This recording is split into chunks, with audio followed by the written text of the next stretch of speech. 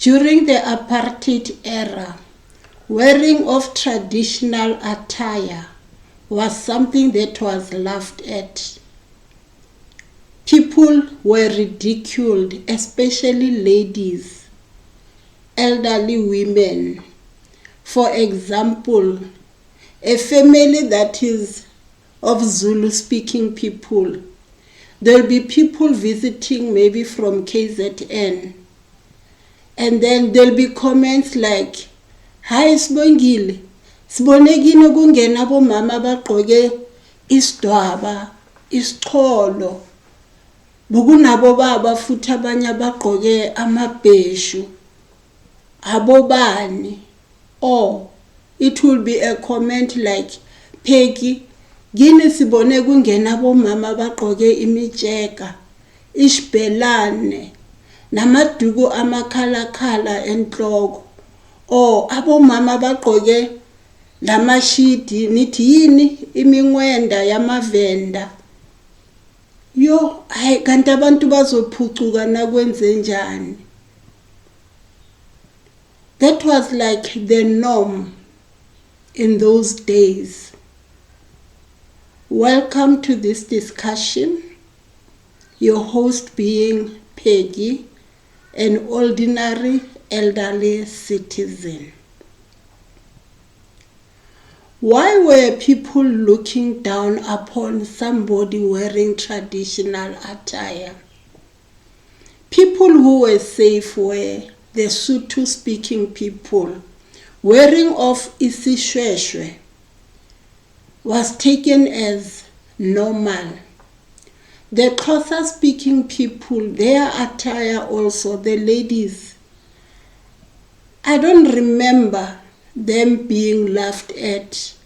We would admire the elderly ladies, maybe they'll be having those smoking pipes to say inqawe, and they looked nice with the colorful painting on their faces.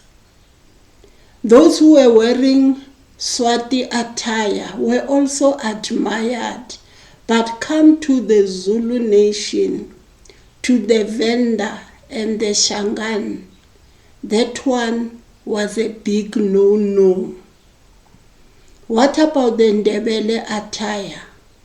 Those blankets were admired, they were loved by majority of people, same as the Sotho blankets. But with the Ndebele, what they would laugh at was the jewelry, the rings around their necks and on their ankles. That was a big no-no. The silver bangles that Venda and Shangan speaking people, they used to wear them then was a big joke. But what we used to call ubuhlalu, the beaded jewelry that mostly was worn by the Zulu speaking people, that was loved, that was admired, to say, if ingathola ubuhlalu bufana nalobuyana, we would even buy some beads and try and make bangles out of that on our own. You wouldn't be seen going to attend a church service wearing a traditional attire, whether it's Zulu, Zulu, Venda, Shangan mostly, because it was seen like it's barbaric. You are not westernized. Then we would use the Zulu name to say it's like awuphucukanga. Why were we demeaning ourselves as the black nation? Some would wear what we call ispandla. It's a traditional thing, it's their norm, there's a meaning for that. But they'll be expected to hide it because they'll be laughed at, especially when you are a school-going child. You can't be seen wearing ispandla. So at home, they'll make some means to hide it for you. But the nice part was, There will be days where maybe there will be a gathering. Let's say, for example, it's Zulu people. They've got a gathering whereby there'll be a group of them wearing their traditional attire properly, and there'll be men from the hostels begqoke amabheshu abo bephethe imikhonto nesiviko, the shield. It will be so beautiful, and we will be attending, children and adults. They'll be singing, drum beats, dancing, and we would admire that. And each ethnic group that had something like that, it always looked beautiful. It was admired at that moment. But outside the gathering, it becomes a joke to say, how can nigqoke isidwaba? Hayibo. How can nigqoke imitsheka? Hayibo. Why? The apartheid era had brainwashed us as black to underestimate our worth. Hence, even in a church, you could not wear the attire. Gatherings where maybe it's Sotho people and Tswanas, you would admire how they do their dancing. As children, you'll be mimicking them. We'll be learning during our place to say, sigida njengabantu bakwaZulu, or we sing like the Shangaan Tsonga speaking people. The Xhosas, how they did their things, we would really, really admire. So what saved the day for us? Post-apartheid 1995 happened, whereby Heritage Day was now declared a public holiday. We used to have shakaday. Shakaday was meaningful for Zulu-speaking people. But now that it encompassed all the ethnic groups, everybody, the Rainbow Nation, including the Madiba shirt as well, it had a big influence on the traditional wear. I think that saved us as the Black nation. We started respecting our traditional wear. Hence, for me, and I'm sure for all of us as Black people, we are now proud to say you can wear any attire anytime. You do not have to wait for the specific public holiday to say it's September, there's a Heritage Day. Children in those days, you wouldn't find children wearing traditional attire. It was rare. But with the Tsonga-speaking people, townships where it was a Venda Shangaan area, you would find small kids maybe wearing their traditional attire, the little shibelane, looking beautiful. Poor women who were visiting their husbands, you find that their husband maybe stays in a hostel or has a house in the township, and they come in wearing that attire. You'll find men feeling embarrassed to walk on the street with my wife wearing those clothes, that type of clothing. So they would make sure they have to buy the proper attire, westernized attire. Why? Do we blame ourselves? I wouldn't think so. It is how we were made to look at life, to say to be better, you have to be westernized, you have to wear a dress, you have to wear pants. But now, post-apartheid, traditional wear, it's so modernized, it's so beautiful. You don't have to be Zulu to be seen wearing the Zulu attire. You don't have to be Venda or Tsonga speaking on Ndebele. There are people who even have different attires of different ethnic groups with pride. Even for children, small kids now, there's fashionable wear related to our traditions. I still remember with weddings, for example, what we refer to as a white wedding. During the apartheid era, you'll find that the bride and the bridesmaids, we used to refer to it as the first attire, whereby the bride will be wearing the white dress. And then after that we'll say, by your changer, they must change to beautiful Western type of clothing.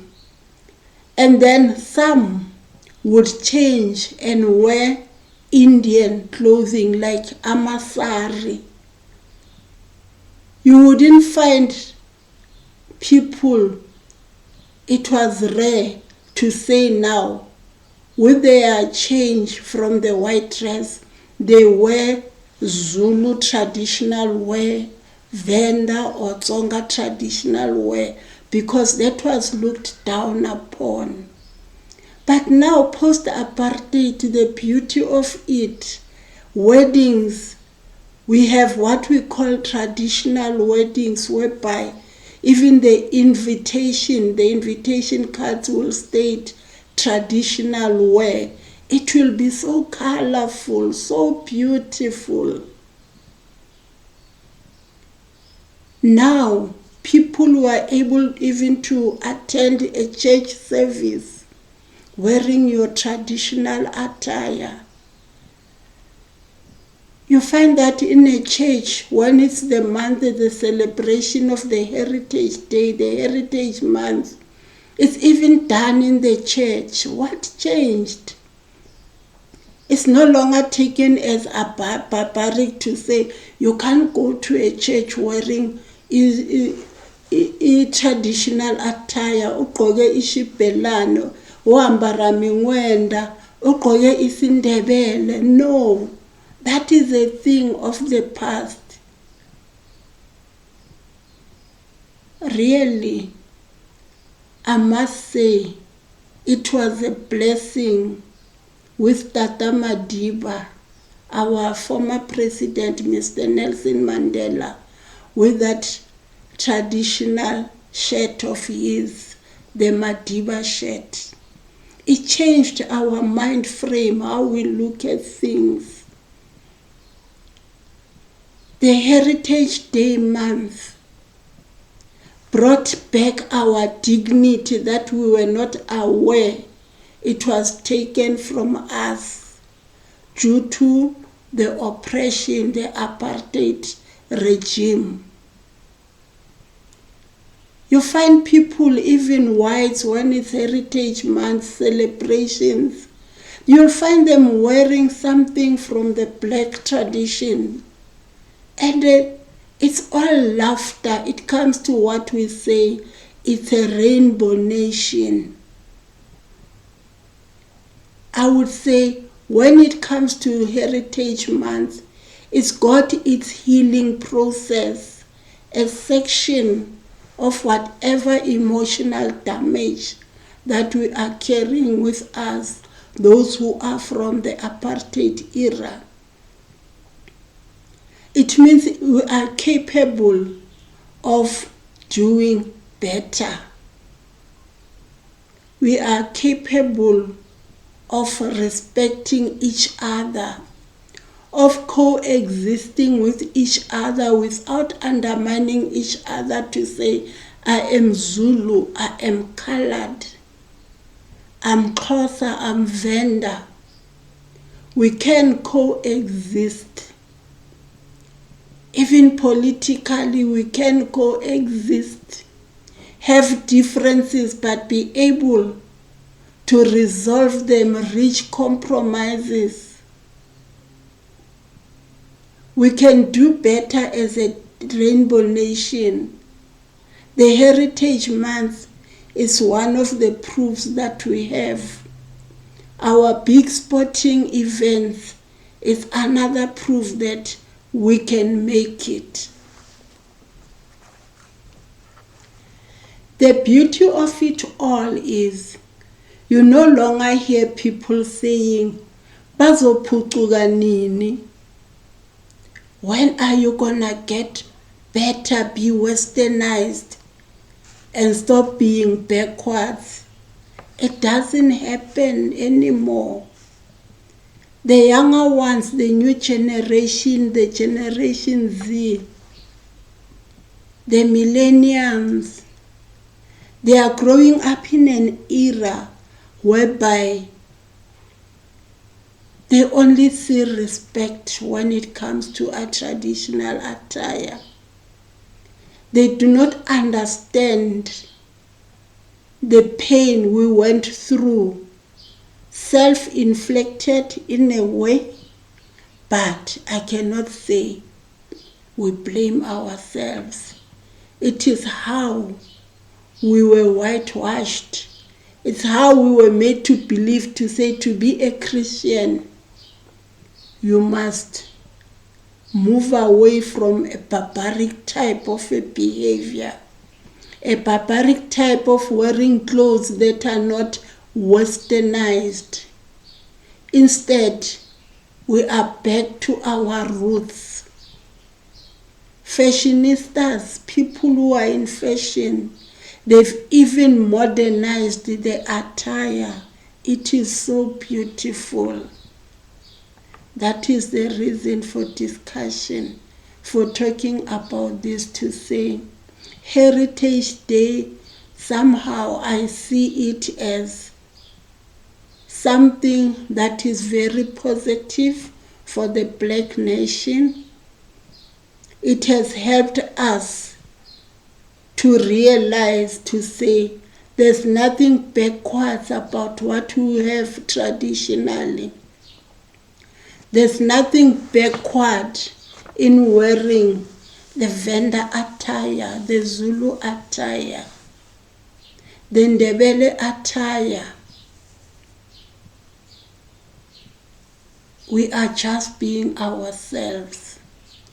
Thank you for listening up to the end. And then if you look on the screen, you will see there are other videos. Please watch them and kindly subscribe so that you can get notification about what we'll be discussing next. I appreciate you all. Thank you very much. Don't forget to comment. Can we share our experiences regarding what do you think of Heritage Day compared to what was happening during the apartheid era?